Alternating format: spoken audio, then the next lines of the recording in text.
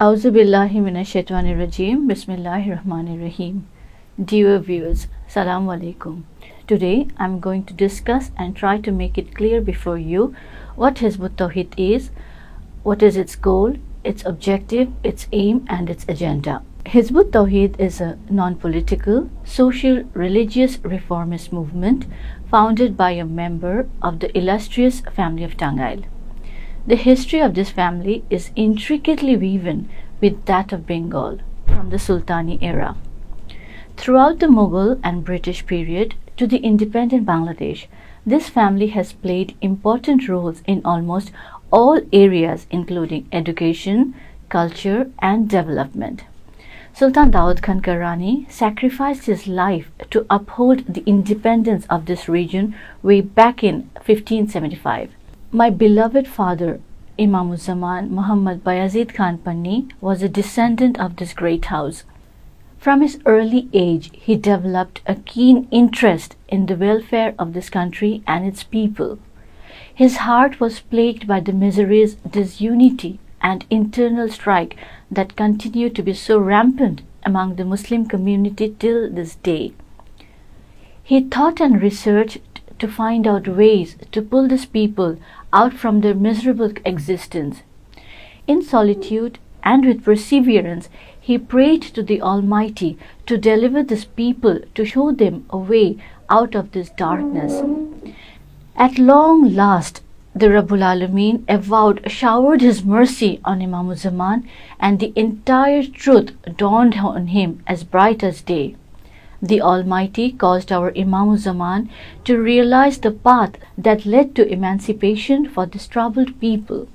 He realized what the cornerstone was for the ironclad unity. He understood that the basis for the glory and progress of this nation was the sovereignty of Allah, meaning this people had accepted the word of none other than only Allah in all aspects of their lives. The heights this nation rose to was based on La ilaha illallah, taking none save Allah's word in all spheres of their lives, and the consequent establishment of the 5-point agenda revealed by the Maker. The agenda comprised of unity, discipline, allegiance, hijrat, and jihad, which means utmost struggle. These were what helped them to become Mu'mins. The nation our Messenger of Allah sallallahu alaihi wasallam created knew no division along the lines of firqa, mazhabs, boasted of no learned pandits, muftis, allama or maulanas. They were not engrossed in any analytical research of the deen, not were they busy in writing tafseers of the Quran. They were one nation. Their goal was one. Their ambition was to create a society based on justice, peace, security, and humanity.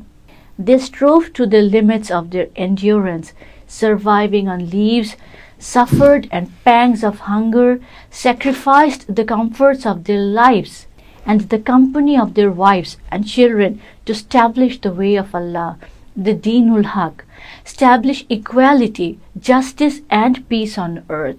And all their hard work and sacrifice paid off well only over a short span of time. They were able to establish this over a great portion of the world.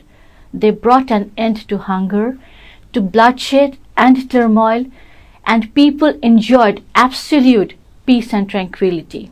As a result, they became shining examples before the world, became a nation that taught. What followed is an unfortunate turn of events.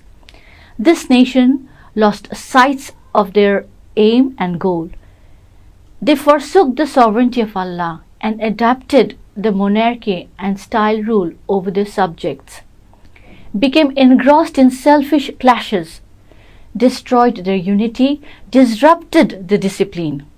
They drew division along the lines of Shia and Sunnis, brought further disarray among ranks.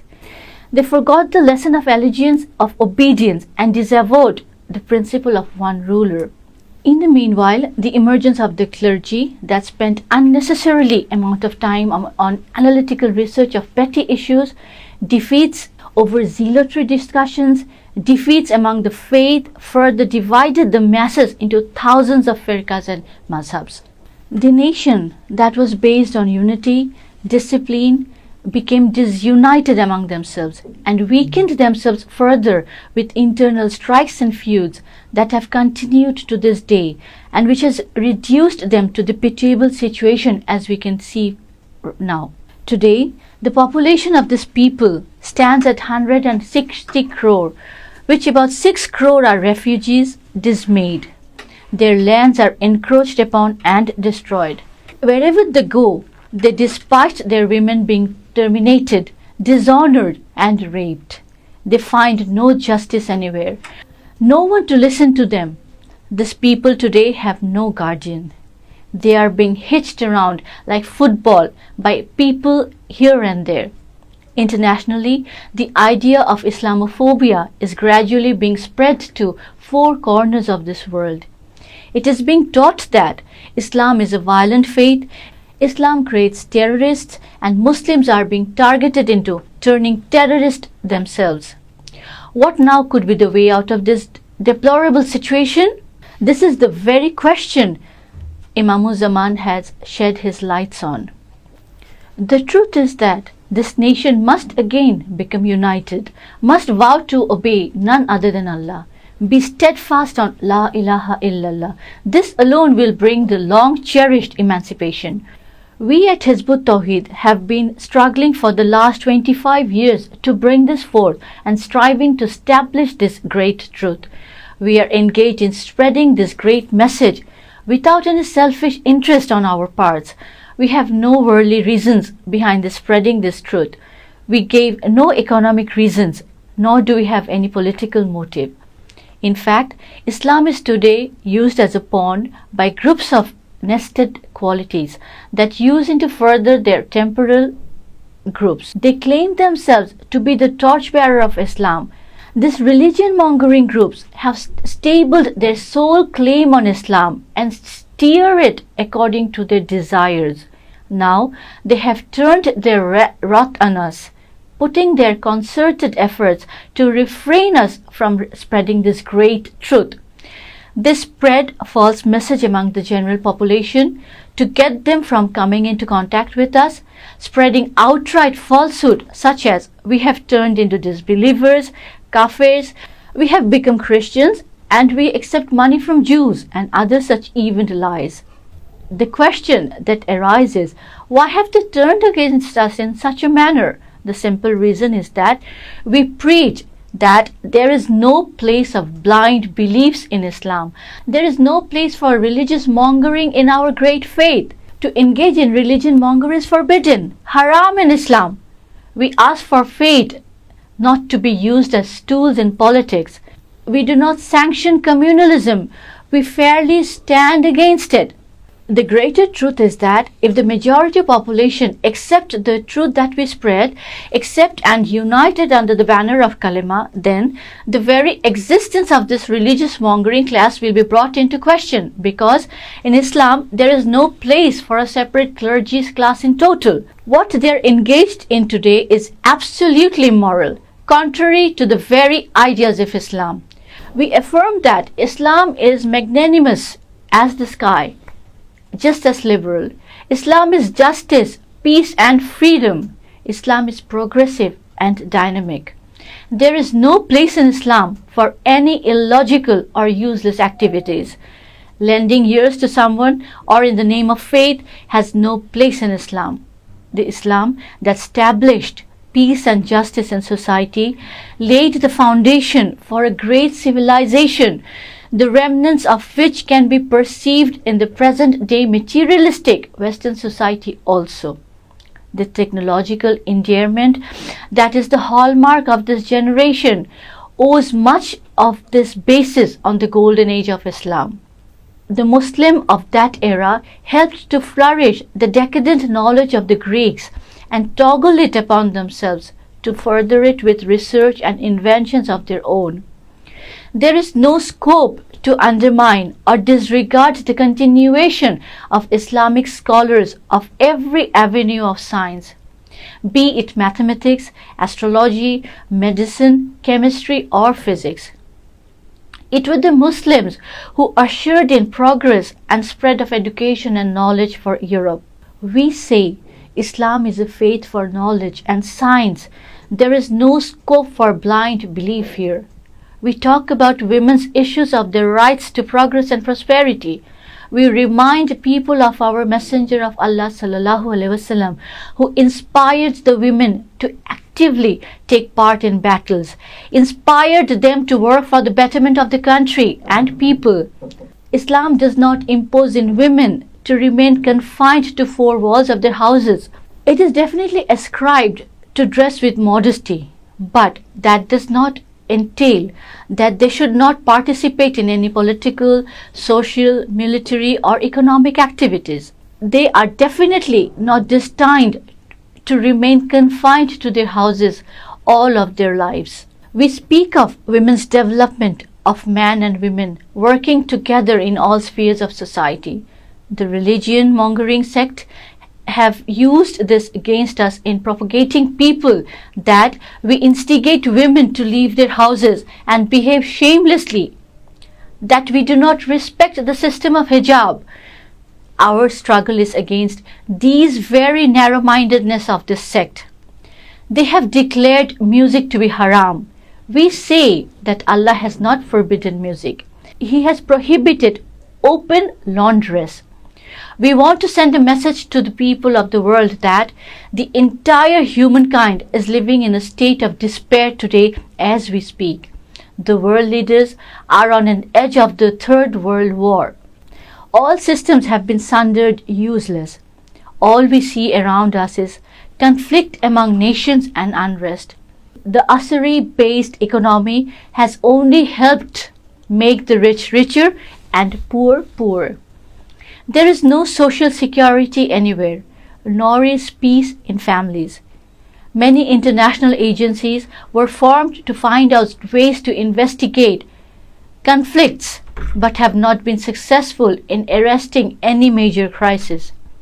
Laws are made stricter to control crimes, and increment in the number of armed forces are common in all countries, but are not being able to combat any crime. New and newer technologies are used to apprehend communal operating sophisticated cartels. Yet, sadly, statistics tells us that the number of all crimes are forever on the upward trend. Standing among the state of despair, we want to tell that we all are aware what steps to take that can bring us all out of this miserable condition. We have a system, a way of life that is harmonious, balanced between the body and soul. Human beings is a combination of both. In this day, humankind suffers terribly from the loss of spiritual guidance. To fill that void, he is aspiring in a wrong direction. The system of life we propose, we will at once meet main spiritual void, address for family disputes, eradicate the economic injustice, inequality, bring end to political disputes and conflict among nations. Our promise is to build a society of peaceful coexistence and goodwilling. We will definitely be successful in building a peaceful world for all. We believe our life on this earth is not all. There is another life waiting for us. We are the Khalifas, representatives of the Almighty in this world, and we look forward to our eternal life, which is our final destination. We believe this path we follow will lead us to the paradise we strive for. Therefore, it is not only for peace on this earth, rather for goodness in this world and salvation in the next, that Hizbut Tawheed urges all to. The question that can arise now is how? We have already announced this earlier. We believe that we all are children of Adam and Hawa. We are one nation. Our Lord, our Creator is one, who has created us all, and we are brothers among each other. In the eyes of Allah, only He is superior, who is more obedient, muttaqi. more merciful of His duty towards this creation. Our body color may vary according to geographical location. We may identify our lives as Muslim, Christian, Hindus, or Buddhist. Yet in truth, we all at one belong to one nation. We all are Khalifa, vicegerents of Allah. We cannot escape the sights of one another. All people have similar rights to this land. Bearing this mind, we propose that if we unite against injustice, against all anarchy, if we can forge an ironclad unity, then we can become the greatest nation on this earth. Our aim is the greater goal. Our aim is definite, and we do not have any doubts regarding our goal. We are respectful to the ideas and opinions of all others. We do not get immersed in any type of illegal activities. Our utmost effort is to bring forth the true meaning of Islam before the world and opinions. In this free and independent, lawful country, we have the absolute right to express our ideas and opinions. We expect that our rights will not be curtailed by any. We have the right to freely put our ideas before the people without the fear of any repercussion. Yet, unfortunately, we have had over 400 cases set against us. Our Honorable Imam's homestead has come under repeated attacks. Our brothers were slaughtered in broad daylight, and our houses were burnt to the ground. All this on the basis of rumors spread by a certain class, starting that we had turned Christian, that we were building a church in our premises. We strongly condemn these vicious lies. Voicing the truth and turning Christian are not the same things. To speak against the religious mongering clergy does not mean to speak against truthful alims, learned scholars. This is the evil job of the religious mongering class that have set these lies against us. They did it intentionally to confuse the general masses about us. As a result, we have been attacked.